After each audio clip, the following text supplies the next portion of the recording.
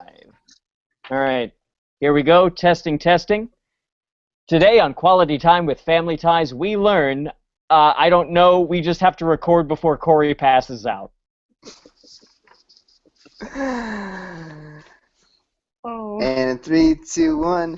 Hey everybody! Welcome to Quality Time with Family Ties. I am one of your hosts, Scott Jones. Joining me as always, I usually check in with Paul first, but I want to check in with you, Corey, first. Corey, how are you doing?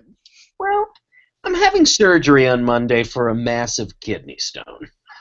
So I'm on painkillers as we do this. We didn't do the show last week because I was sick. No, this week we're not doing the show. I mean, we are doing the show this week. I'm just doing it from my sick bed. So I've taken painkillers, so I apologize in advance for offending anyone and everyone. This could be our greatest show ever. I think Corey, I think you're going to offend short-term memory, I think is what you're going to offend.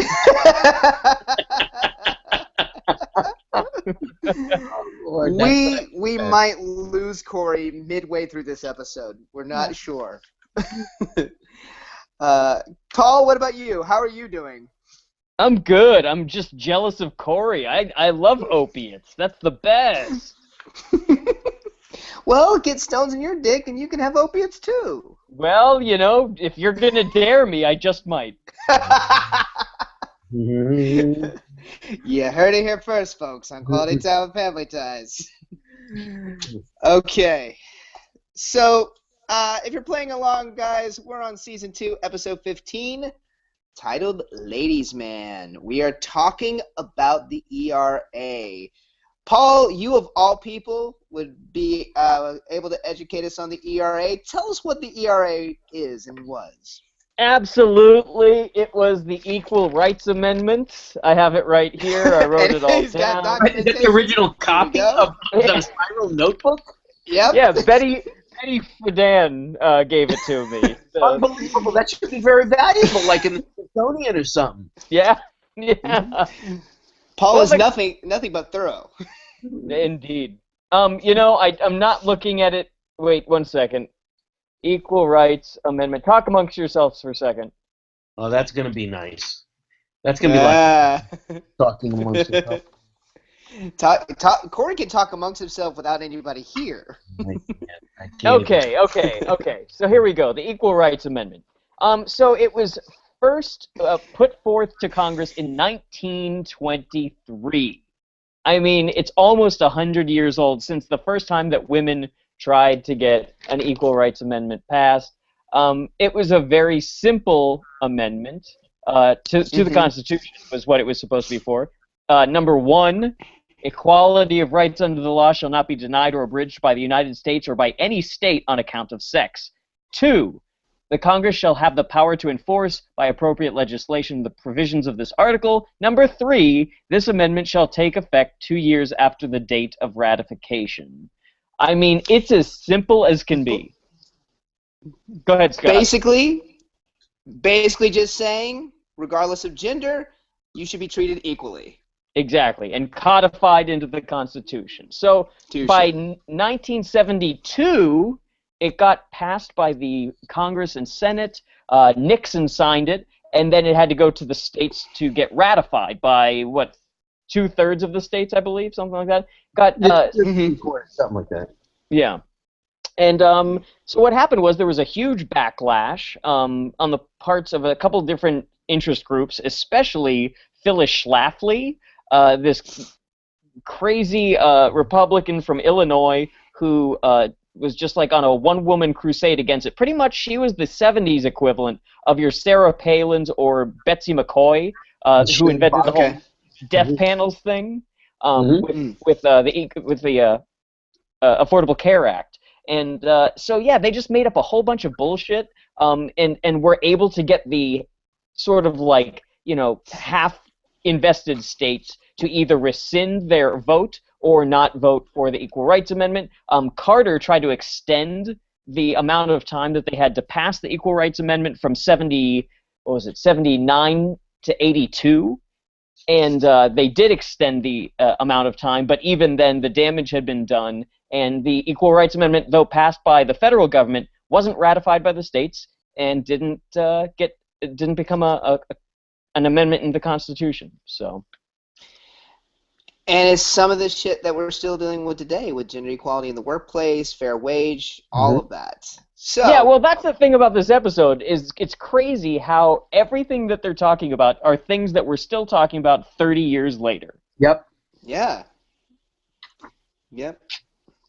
All right, well, let's jump into it because this episode kind of, for me, started at a very creepy place. It's Jennifer and Mallory having a puppet show. Any puppets. We don't explain it. There's no talking about it. It's just them doing a puppet show. It's creepy. And we start like a hard close-up of the two puppets. Yes, that's what was creepy, I think. It was just the hard close-up of the two puppets. Yeah, and they're playing, Jennifer and Mallory are playing with puppets that look like Steven and Elise, and it's very odd, and they're saying things they're like, clean your room, we hate you, all this kind of shit, and it's just like, what's going on? What is this all about? And we never really learn. I tried to, I'm really kind of tired right now, and I was going to try to come up with some highfalutin reason that puppets were there, that it was symbolic of something, but it just seems like a fucking insane thing. Yeah. It is a little insane, and it's so insane that they throw back to it later in the episode. And also, in a future episode, one I remember very clearly, Steven is obsessed with a puppet show that he wants to give Jennifer, and Jennifer doesn't want it because she feels she's too old for it now. Oh, I missed that part. Yeah, it happens later in the series, but yeah. So puppets kind of are playing a part a little bit. Now, okay, let's take a little pause for a second. Corey. Okay. You watched this episode last week when you were really messed up on drugs. Yes. So we're gonna keep checking in with you as we walk through these scenes because apparently your notes are indecipherable. Don't understand any of it. Can't remember the episode, frankly. It says puppet show. Okay, so at least I'm on the right episode. I watched the right one. Yeah. Then it says phone. I have a tendency to write the word phone whenever somebody's talking on the phone because it happens all the time on this show. Yeah, then there's a phone call. Yeah, then I wrote Dina Marks, ERA, and my only other note in the scene, and the scene was a substantially long scene, I think, was Alex trying to deceive with Button. Corey, that is pretty much exactly what I have. The only difference is my first note was, holy fuck puppets. Other than that, we are step for step. I think your drugs just make you think that the puppets were just, true to form. That's fine. Sure, part of there, yeah. That's like puppets. That's actually really good, Corey. Yeah, that's pretty much what happens. There is a phone call from this girl, Dina Marks, that Alex really likes, but what we're going to see, the crux of our episode is Dina is very progressive. She is for the ERA, and Alex is trying to impress her, and he wants to borrow Elise's ERA button to pretty much lie to her about being in support of the ERA so he can impress her. Now, here's what's crazy. This episode came out in 1984 at this point. It was, probably February when this episode premiered. The ERA had already failed 2 years ago. It's just funny that in this different time, you could still pretend that this was an important issue even after it was, over and done with. It's like right now, I feel bad when I write a tweet about something topical that happened a day or two ago. It's like, oh, you can't keep tweeting about the Grammys on a Tuesday. But this is 2 years later, and they're still doing... What's that, Corey? It took you 48 hours to come up with that quip. It better be good if you're doing it 2 days later. Exactly. Mm-hmm. So yeah, they're 2 years late on this whole plot line, which is that's a weird thing from the outset. But I just want to throw this out there before we get even further along. This is the best episode we've seen since the premiere episode of season 2, I think. I will agree with you, Paul. I actually wrote down I actually enjoyed this episode. And my agreeing with you is, I'll tell you how I know I agree with you.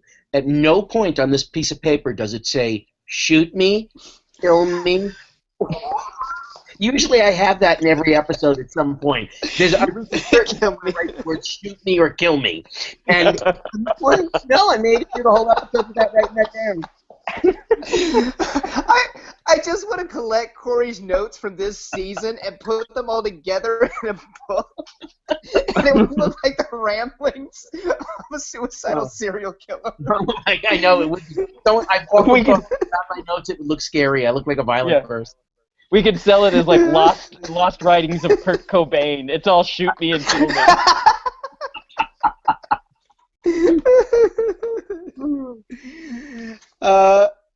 Okay, so we cut to the kitchen, and Alex is talking with Dina at the table. I wrote down Dina looks really familiar. Do we know the actress at all? Mm-hmm. I may have been stoned, I knew you but would, I Corey. did my research. It is the lovely Tracy Nelson. Tracy Nelson is the daughter of 50s and 60s television star Ricky Nelson from The Adventures of Ozzie and Harriet. Oh, wow. And she had a very successful acting career. She was very cute, obviously. Ricky Nelson is the father. The mother is Kristen Harmon, who is the sister of actor Mark Harmon. And oh, wow. And Mark and Kristen Harmon are the daughter of some dude, I just don't remember his name, who was a huge star at like SC or UCLA, was like a quarterback hero. And so he was like a sports hero. 2 children, Kristen Harmon, Mark Harmon. Kristen and Ricky Nelson married, and they had Tracy Nelson. Her brothers, they also had 2 boys, and her brothers are like Gunnar and something else. They're like Nelson, the rock band Nelson. Oh, shit.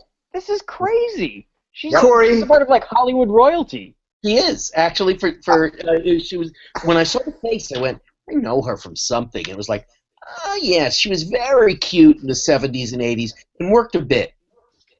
Is there anything else that we would have recognized her from? Because she looked so familiar to me. I went into IMDb and I couldn't find anything that was like specifically. It may be like an episode of a TV show or something. Okay, yeah. Mm-hmm. I would just like to point out, Corey did all of that while heavily medicated and in pain. That's incredible, Corey. That is incredible. Any of it. That's amazing. And I have to say, let me be the fashionista here. We are really getting into the 80s now. Alex is wearing a knitted tie, and Dina looks like she's in Duran Duran. Her blouse buttons in ways I've never seen before. Absolutely.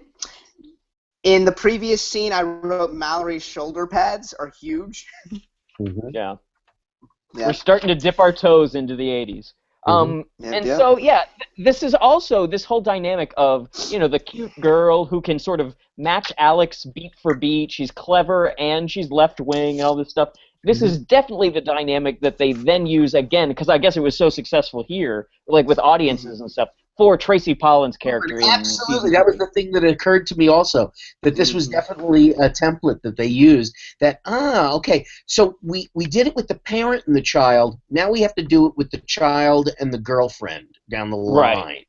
You have to have them have 2 different opposites opinion. It's basically Archie Bunker and Mike Stivic. You got to have a conservative and a liberal, and here, go at it, kids. There, you got conflict. And Star Spangled Girl, the Neil Simon play. Yep. Mm-hmm. Oh, yeah. So while Alex is doing all this spiel to kind of impress Dina, he puts on an apron as he's talking to her. Elise and Steven walk in. It was the weirdest walk-in because they both walk in like they both need to be there to get the orange juice out of the refrigerator. But when they hear Alex talk, they quickly abandon getting anything out of the refrigerator and listen to what he's saying to her. I thought you were taking a step further, Scott. Oh, go ahead, Corey. I just said what he's saying is so out of character. Yeah. But the thing that's interesting is he's talking about feminism and everything, but they abandon the orange juice, Scott, but then Elise grabs milk, and they drank 2 glasses of milk because of women and nurturing and feminism. All I wrote down was milk full of pitcher. I just couldn't believe it. You take your milk out of a carton or a bottle and you pour it. That was I thought that was weird too, Corey. I've never seen But- that milk. Paul. It's like it's a decanter of milk. That's how they keep their milk. Mother's milk. Yeah. Wow. Paul, you really sliced into that, man. That was It's deep. all symbolism. See, if I were a little bit more awake and with it, I would have gotten the puppet show too. All I could settle for was the milk. You did enough, my friend. You did enough with just that. That was great. Yeah. And Alex makes a joke. And we find out. Oh, go ahead. No, go ahead. I was going to move forward. Go. Yeah, and Alex makes a joke in this when he's putting on the apron, and Steven's like, "Nice apron, son," and he's like, "Oh, thanks, I had to borrow yours," and blah blah blah. And he's like, "I got quiche all over it," and that was a joke in reference to Real Men Don't Eat Quiche, this like quasi-ironic. Oh, Right. Only yeah. wimpy guys would have a quiche. Yeah, it's a really weird joke, and there's this podcast called "I Don't Even Own a Television," where they dissect the book Real Men Don't Eat Quiche. It's really interesting. I'll probably post like a link to that episode of the show. Definitely give that a listen. So. And so we find out also that there is a debate that Dina is going to for the ERA, debating the issue of the ERA. And Alex asks her out, and we move on to this debate that's going on. The show definitely moved at a snappy pace. It really did. Like the plot It moved. It was great. I was expecting another scene to be there. Yeah. Yeah, it was logical in its progression. It followed what the characters wanted. Every scene had a reason for existing. Like it was like this happens in scene 1, which leads to scene 2. This was like a real episode of television. It was. Mm-hmm. No. Mm-hmm. It was great. So this debate is going on, and midway through it, Alex is, playing along like he agrees with everything. He's, nodding in favor of what the lady is saying, how the ERA is needed. And then we have this heckler, this, I guess you could describe him as like this blue-collar, dumb, knucklehead of a guy heckling this lady and basically saying, yeah, women should be in the kitchen.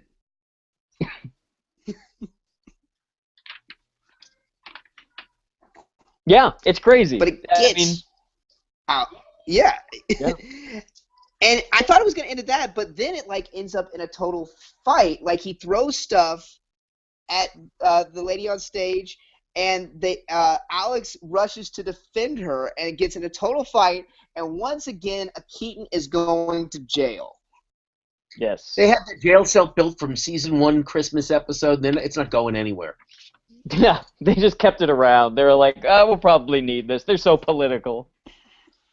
But it's interesting because this is this is very nuanced for Family Ties. So Alex is pretending to agree with all of the stuff that the feminist woman is saying. Because there's a feminist woman, and then there's like a Phyllis Schlafly type who she's debating. And so he's pretending to side with the ERA woman in order to impress Dina. But what happens is when the hard hat gets up and starts yelling at the woman on stage and throws the tomato, Alex is defending the ERA feminist woman on the grounds of the First Amendment. So it's like within the parameters of his own republicanism, he still thinks that the woman should have the right to speak. And so that's how the journey begins for this character, where he's siding with her on the principle that he has, though he disagrees with her what she believes. And so, but then things start to go out of control. You're right, Paul. It is really nuanced because in that way it gives Alex as a character kind of some reason to kind of justify himself of lying to Dina, because he's now kind of find a door to kind of a common ground that he can get on her with, because I defended her for the free right of free speech. So it does kind of give him a little bit more motivation to kind of keep that lie going. Exactly. It's not just the girl thing, it's also he is principled in his own way. And we'll see how that goes later on. Right. But, it ends in a big fist fight between Alex and the guy, and we'll have to come back from commercial to find out how it ends. We'll be right back. And we're back. And we're in jail. We're With the back in- whitest rendition of We Shall Overcome I've ever heard. Yep, all the ladies are holding the jail bars, singing "We Shall Overcome," being led by the moderator from the debate, the lady from the debate, and Alex is kind of looking there, is kind of slumped over, looking embarrassed. But it quickly changes because Dean is impressed with him for sticking up. The lady's impressed with him. And suddenly, Alex P. Keaton is inspired about women's rights and is up on his soapbox, almost like a preacher, with his voice cracking, so happy about women's rights. He says, I am a woman. He states loud and clear, I am a woman. I'm Berliner! Yeah. Now, Corey, you have all these women in a jail cell. I want to hear what your drug-addled notes say about this. Did you start to imagine Yes. that the girls got handsy with each other? What were your notes? My only note was the black guy who was at the security guard at the scene at the end of Act 1 at the debate. He was also playing a cop in the outside of the jail. The only thing I noticed was that they used an actor as an extra, but people don't work you don't work like security at a debate and then the next morning go to your job as a jailer. Like, I didn't notice the only black person on the whole set. It's true. It's true.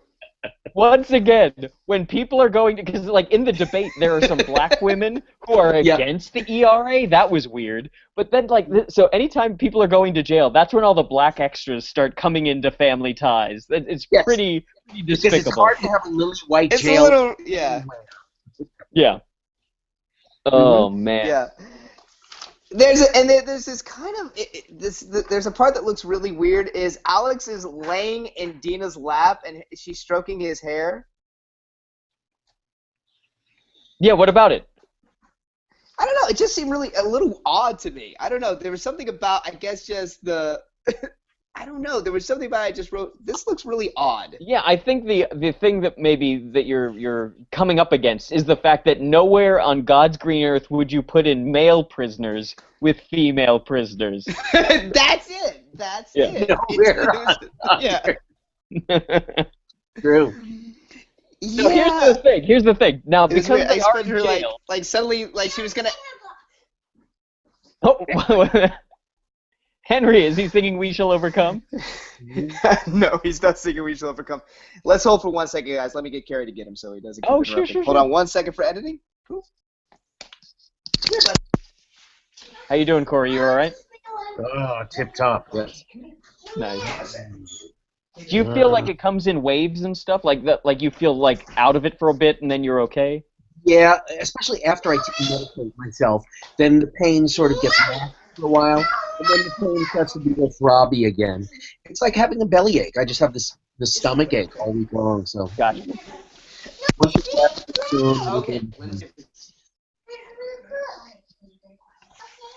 Okay, guys, picking back up.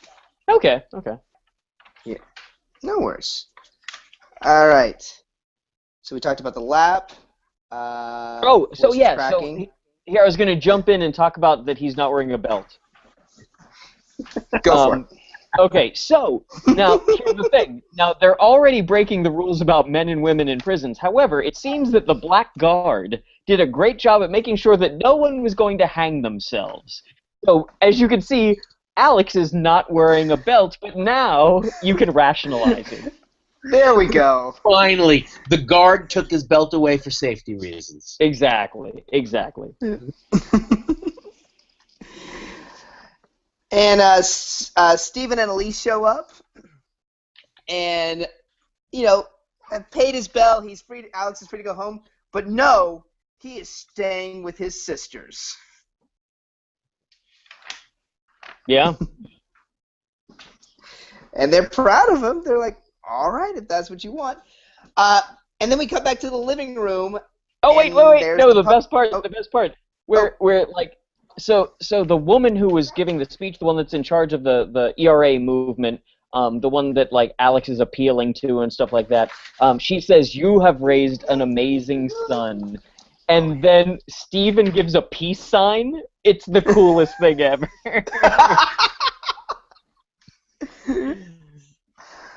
I forgot about the peace sign. Yeah, I loved that. That was such a great touch. We're back in the living room, and there's the puppet show again. I'm with you. I'm still stumped, Paul. I don't know why it's there.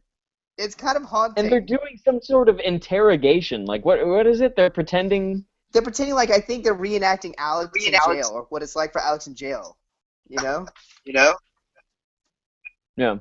Yeah. That's what it seems like. But the family talks to him about, especially Elise talks to him about, you're misleading Dina. Here, wait a second. Scott, I'm getting an echo from you for some reason. Oh, yeah, I hear it. I'm seeing you guys fine. Can you put headphones in or something? Yeah, I got my headphones in. Hold on, let me try this. Testing. Can you hear me? There we go. Paul? Okay, there we go. Here, wait, give me Okay. 1 second. My That's better. my All right. door just opened. Let me one second. He's being quiet, Daddy. Yes, you are.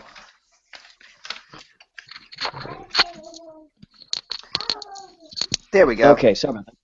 All right, Cool. so starting And we'll pick back up with picking back up with misleading Dina. So the family is talking to him about you really are misleading Dina. You're lying to her. And it's just going to end up hurting her, no matter how strong you are. How strong you're acting and how great it makes her feel. You're still lying to her. Right. Now, this is a place where I thought the plot could have gone a little bit differently, and I feel like maybe in a show that was a bit more sophisticated, like, that was written later or came out in the 90s or whatever, would have been that Alex started to get into the movement as opposed to remaining on the sidelines and still thinking of this as, like, a con. Yeah. Yeah. Like, it would have been that he was getting into feminism, and then the initial lie comes back to bite him in the ass. Yeah, but instead, he's... Or as he calls them liettes. Yes, yeah. They weren't really lies. They were liettes. And I like that he was like, they're like, this relationship's built on a lie, and he's like, yeah, that was the lie, but now we're into the good stuff now, so the relationship's fine. Yeah. And I thought, Paul, it kind of was going in that direction because he gets a phone call and he's been promoted. He's been told that he is now the leader of the Youth ERA and he's going to be the keynote speaker at a big meeting. Exactly. And that's what's great with this episode. Like we said at the beginning, I really want to reiterate, this is a good episode. Like everything tracks. It's a well-written episode. It's got jokes, it's got ideas, it's got cool characters, and it goes somewhere. It does. Yeah, it escalates, it heightens, and also, for whatever drama they have, the ending has a nice little dramatic kind of moment that's actually very sincere and not forced at all, which I loved. Yeah. So yeah, after he gets the phone call, we then cut right down to the event where Alex is supposed to be speaking. And the lady from the ERA is getting ready to introduce him, saying all these amazing things about him, of how he's shouted out in jail that he is a woman. And the more and more she speaks, the more and more Alex looks nervous. Yeah. The lie is catching up to him. And I like that, in this moment of his personal embarrassment and coming clean, as not at the beginning of this event, but just in time to see him get his comeuppance, the Keaton family comes into the back of the room. They didn't come any earlier. They were there just in time to see him learn his lesson. Exactly. Yeah. So yeah, the Keatons come in, and he before he's introduced, he pulls Dina aside and basically tells her he doesn't believe in anything about it. He doesn't believe in the NRA. He doesn't agree with it, and that he has lied to her. And right after he says that, he is brought up to speak. And so he starts to do the, I'm not worthy of being here, and then people applaud, and it's, that they do that a couple times, and then he finally says, stop, really, I don't believe in this, but I respect all of you, and I'm not going to vote for the ERA, but I respect that you want it and stuff like that. And that's about it. I mean, it goes the way you would think it would. But what's funny to me is based on all the stuff that we know about the ERA and what we've talked about and all that sort of stuff, I don't know why Alex is still not for it. That's very weird. That's what I put. I put the same thing, Paul. I was like, there's no explanation of why he would still be against it. And after going through what he's gone through, no real change, and maybe now I'm for it. Yeah. I would like. Corey, what do you think? Yeah. What are your notes looking like, Corey? At this point, I haven't seen enough evidence at this point that Alex is dabbling in the area towards feminism. Okay. Maybe as it moves on, I'll start to see it. I just haven't seen evidence of it. So at this point, this seemed to be the most honest, authentic Alex to me. It is honest and authentic, but don't you think, like, I guess my thought was, here you have a girl you like, a girl you respect, a girl that you're into, that even the thought of maybe she has a point with the ERA doesn't even seem to cross his mind. Yeah. That's what I was thinking. And I would like to point out at the very end of this scene, the Keatons all get in a huddle. They do? Which part? What do they do? It's like right at the end, like where they're like, so proud of Alex for coming clean and everything. They all huddle around him. Yeah, there's also a funny line that the woman in. Is he all right? Yeah, he's good. Oh, okay. There's also a funny part where the woman in charge, after Alex steps down from the lectern after making.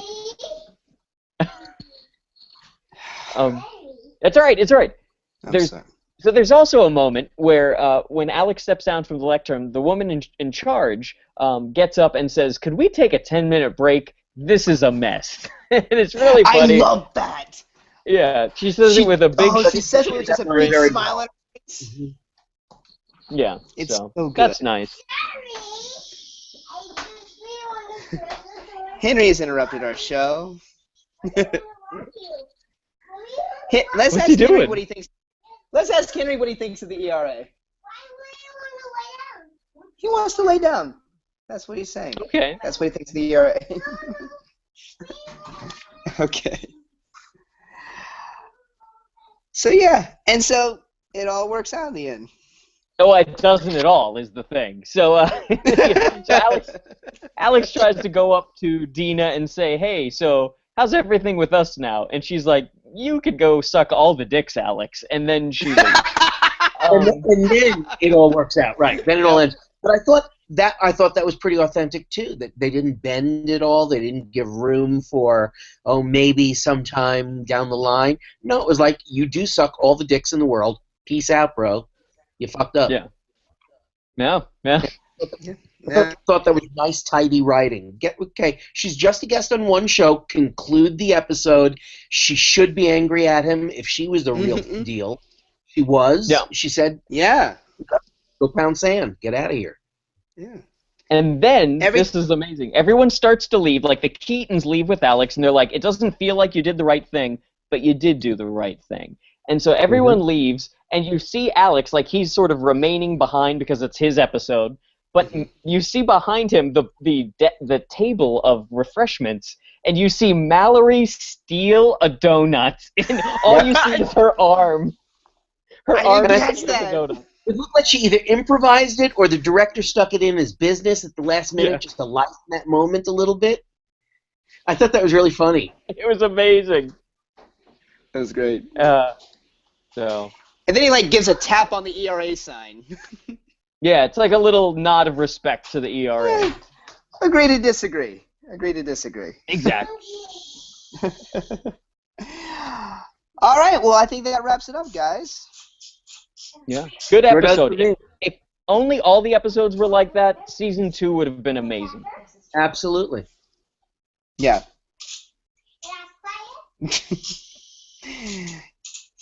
Hey, guys, we'll pick it back up. Hold on one second. That's fine. Okay. Okay. Let's just start with the ending really quick.